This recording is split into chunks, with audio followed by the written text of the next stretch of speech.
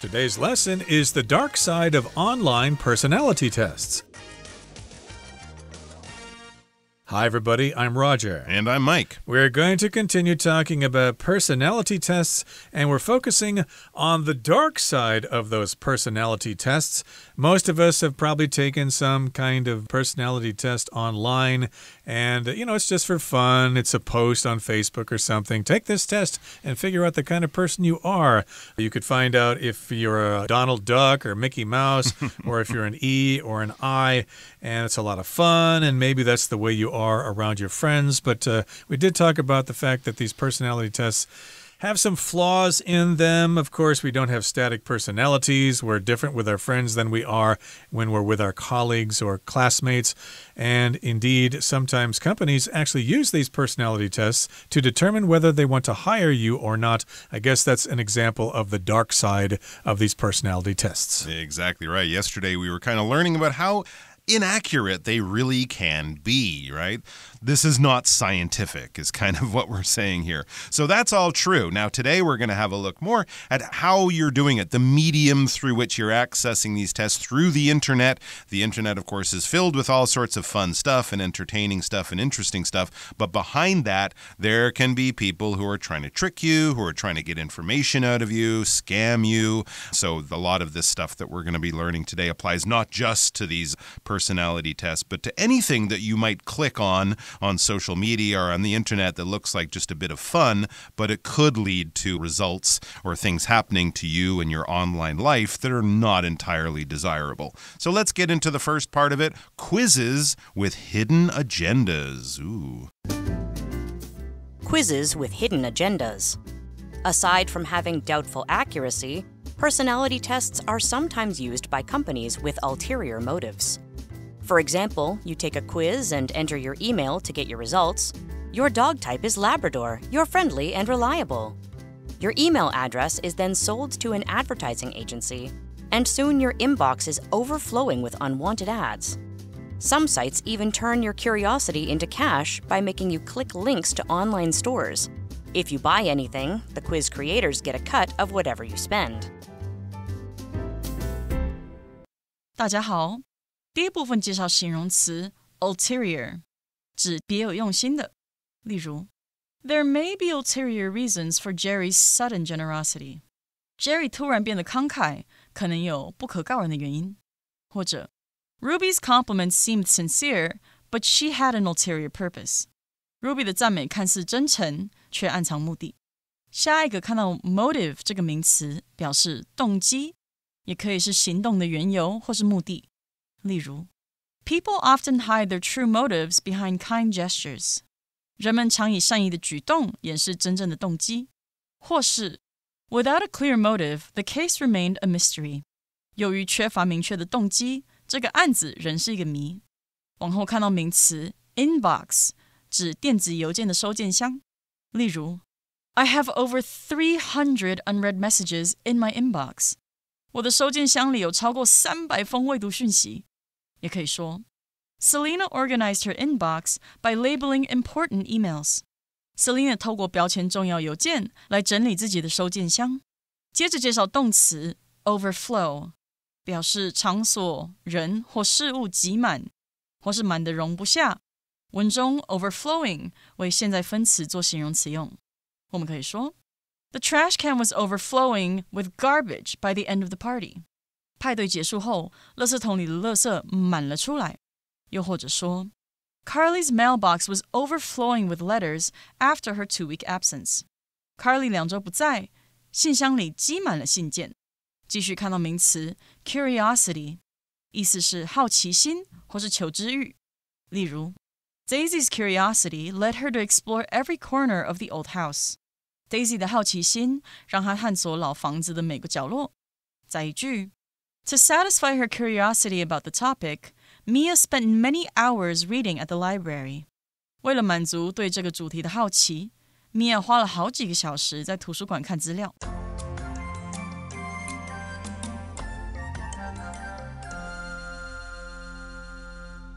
Okay, so the first part of our lesson for today is entitled quizzes with hidden agendas. Okay, a quiz is just a small kind of test. It could be that personality test that you're taking online, but it might have a hidden agenda. An agenda is sort of a plan about what you're going to do. In this particular case, an agenda is probably an intention, something that somebody wants to do, or they want something from you. It's a hidden agenda. They're giving you this test not for fun, but they want to get something from you. They have some hidden intention or hidden agenda. There you go. There's some secret plot, some way they're trying to manipulate you, and they're not being open and honest about it. It says, aside from having doubtful accuracy, which of course we learned yesterday, they're not entirely accurate, personality tests are sometimes used by companies with ulterior motives. That's the hidden agenda, an ulterior motive. A motive is a reason that you're doing something, right? Why are you doing that? What is your motive? What are you trying to accomplish? And it could be hidden, it could be obvious, and that would be a hidden agenda or an ulterior motive. This is a very interesting word. I don't know if we use ulterior very much in any other way except to talk about an ulterior motive, which is a hidden agenda. And that's basically what ulterior means. It's kind of existing beyond what is obvious or admitted. It's hidden, it's secret, it's kind of being covered up a little bit because I don't want to tell you the full truth. If you knew the real reasons, you might be upset or you might disagree or you might not go along. So, am I lying to you? Well, maybe, but not in so many words. I'm just keeping certain facts from you, right? So this is often what politicians might do. Vote for me and I'll make your life wonderful. But really, if you vote for them, they're not going to do much for you. They're going to help out their rich friends or something like that. But they're not going to be honest and open about that because, of course, you'll never vote for them. So here we have a good example. It says, for example, you take a quiz and enter your email to get your results. The old email bait. It says, your dog type is Labrador. You're friendly and reliable. So you've done a test to kind of find out what type of dog you are and what that says about your personality. In the same way, it might be about what kind of Disney character or character off the TV show Friends and what that says about your personality. So this sounds like fun. It's entertaining. It's something to do for 15 minutes while you ride the MRT home that evening or whatever. But there could be something that they're getting out of you, and that is basically your email address. What are they going to do with it? Well, they are then going to sell your email address to an advertising agency. Oh, no. And soon your inbox is overflowing with unwanted ads. Spam. That's spam. That's what that is. Unwanted email, especially if they're advertisements or they're trying to get you to give them money or sign up for something like that. So yes, your email address won't just go to them. It's actually sold to an advertising agency. Okay, an agency is a kind of company that acts as a go-between between a customer and a service or something, or a company like that. So of course we have talent agencies that help people find jobs as singers or actors or whatever, or you have a travel agency where you go talk to a travel agent and they try to give you tickets for a cheap flight to Japan or something like that. So in this particular case, it's an advertising agency. They've got your email address and then they start sending you all sorts of spam or unwanted ads, and they arrive in your inbox. People, I guess, still use email these days. So the mail you're receiving, the emails you're receiving, those are all in your inbox. And if you have too much of something, it will be overflowing. You've got all these messages in your inbox and you have to read them all and figure out which ones are actual letters that you need to open and read. It's really a big mess. It is. And some sites, it says, even turn your curiosity into cash by making you click links to online stores. Yeah, a lot of these quizzes and things, they'll have all these pop-up ads, and sometimes you click on it by accident, and that'll link you over to some business selling you something that you're not interested in. They're taking advantage of your curiosity. You're just curious to know about what type of person I am or what type of dog am I, right? So you're curious. If you're curious about something, you're interested in something, but you don't know much about it. You want to know more. You're full of questions. It's engaging. It's interesting to you, but you're trying to learn more, okay? So if you see an interesting shop and you're like, what's in there? That's kind of piqued your curiosity. It's sort of tickled your curiosity. It's making you want to know more, ask more, and find out more.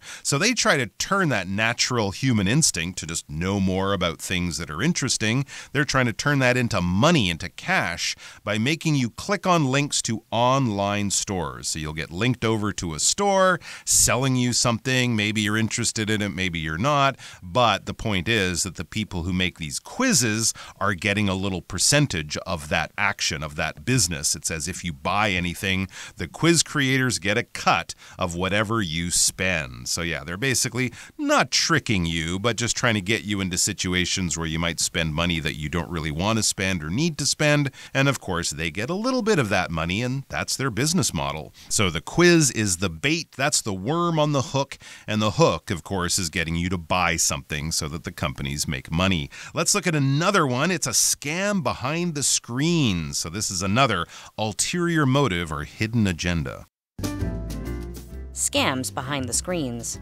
While most marketing tricks are annoying rather than dangerous, there are other reasons to remain cautious. At the more nefarious end of the spectrum, some quizzes are fronts for internet scams. This is especially true for those asking for personal information like bank details.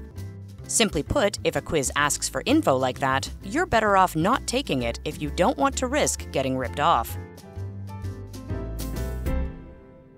第二部分看到形容词 annoying， 它表示恼人的或是讨人厌的。可以说 Charlie finds little kids annoying, so he doesn't want to be a teacher.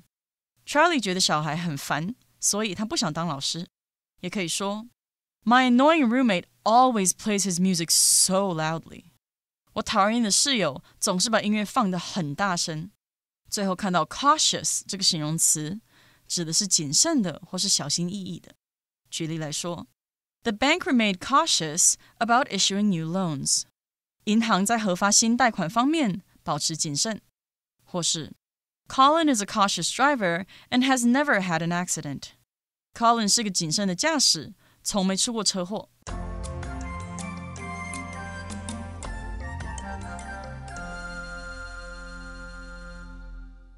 Okay, so the second one seems more sinister than the other ones.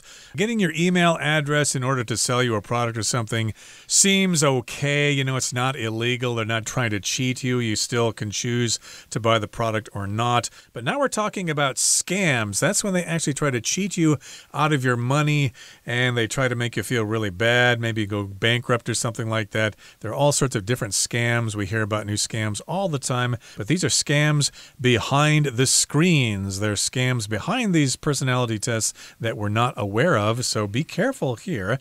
While most marketing tricks are annoying rather than dangerous, there are other reasons to remain cautious. So yes, indeed, we've got these marketing tricks where they want your email and they send you spam and then you go to a website and buy something based on those advertisements. Those are marketing tricks. They try to trick you into buying something you probably don't really need. They are annoying. If something's annoying, it's really bothersome, okay? So if you're in the office or something and the person sitting in the next cubicle to you starts flossing their teeth and you can hear the sounds of the dental floss going between their teeth. That's really annoying. Can you go to the bathroom and do that? That is really grating to my ears. It's annoying. Yeah, it bothers you. It's not going to kill you or hurt you, but it's definitely going to affect your mood and make it hard to concentrate. It's just something you don't need in your life. So it's annoying, but it's not dangerous. But there are other reasons to remain cautious. If you're cautious, you're being careful. You're trying to avoid danger or problems or accidents by being careful, by going slowly, by checking things twice.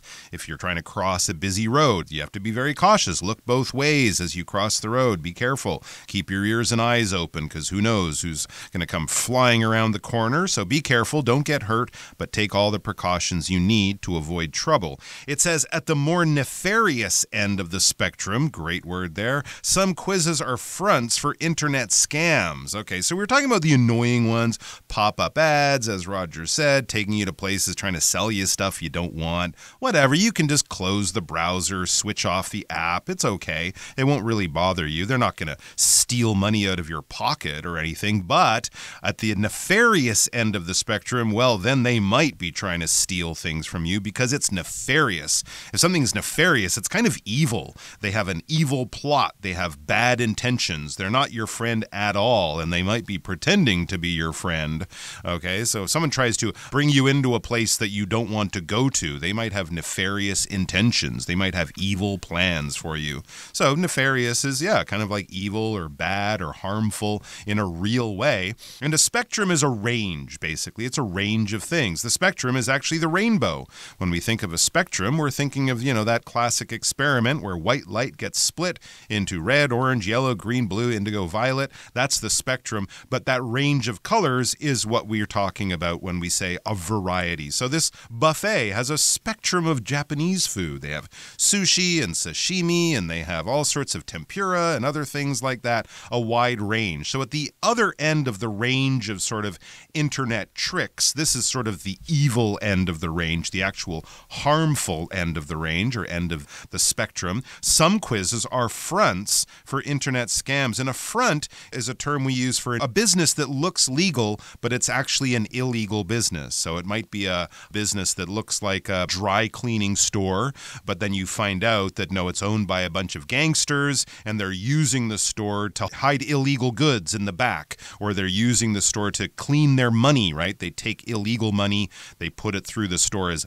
business, and then it comes out legal in the end. So it's basically a sort of pretend business that is hiding criminal activity. Exactly. And of course, these scammers tend to prey on older people who don't really know much about how the internet works. So if you have grandparents, make sure they know what they're doing on the internet there. Try to protect them because these scams can get them. But again, some of these personality tests or these quizzes are actually fronts for those scams on the internet. And this is especially true for those asking for personal information like bank details. Ooh, that's like not good. Your account number, of course, if they ask for that, you know you're in trouble there, or if they ask for your ID number or something like passwords. that. Exactly. There's really no reason for you to give them that information. Some people can be tricked into those sorts of things. And so, again, if they ask for personal information, you got to watch out because it's probably going to be a scam. Yeah, simply put, or in a more simple way, if a quiz asks for info like that, personal information, bank details, ID numbers, that kind of thing, passwords and email addresses that are yours. So if they ask for info or information like that, you're better off not taking it if you don't want to risk getting ripped off. It may look like harmless fun, but you don't know what could happen if you put some of that personal information into it. It could end up being really, really bad. All right, let's take a quick break. We have a very short paragraph before we reach the end of the article. The next time you're tempted by an online quiz, think about whether taking it is really worth it. Because whatever it reveals about you just might end up in the wrong hands. Okay, so again, we've been talking about online quizzes, personality tests, and next time you're tempted by an online quiz, think about whether taking it is really worth it. Okay, so yes, indeed, we get these tests all the time. They come across on our feeds on TikTok or Facebook or Instagram or whatever. They're always there, and they look kind of interesting. What kind of person are you after all? You don't know yourself, so take this quiz and you can find out. So you might be tempted to take that quiz. If you're tempted, that means you really want to do something. It sounds like it's something you want to do, even though you know you probably shouldn't. I'm on a diet, but I just passed the bakery. Oh, I'm so tempted to go in there and have a pastry, even though they're loaded with calories and sugar. Yeah, you might be tempted, but you should resist. And here you might be tempted by an online quiz, but you have to ask yourself, do I really need to take this quiz, or is it just a waste of time and it might actually be a front for a scam? Because whatever it reveals about you just might end up in the wrong hands. This is absolutely true, especially for this part of the article, talking about all these scams that we can encounter on the internet. So yeah, you might get some interesting or entertaining insight into your personality and that kind of thing, the thing that they're trying to get you to do and the thing that you're interested in doing. interesting. You might get that information and have that fun time, but the info that you put in or give away, that you sort of let them know, it could end up finally be in the wrong hands. And when we say the wrong hands, we mean in the hands or in the possession of criminals or people who want to do you harm, like by stealing your money. And of course, you don't want to end up or have that be the result of what was simply a fun internet quiz. Okay, we certainly don't want all of you out there to be scammed. But if you want to take those personality quizzes and find out some information about yourself, please be careful. Okay, we're at the end of our discussion for today. Here comes Hanny.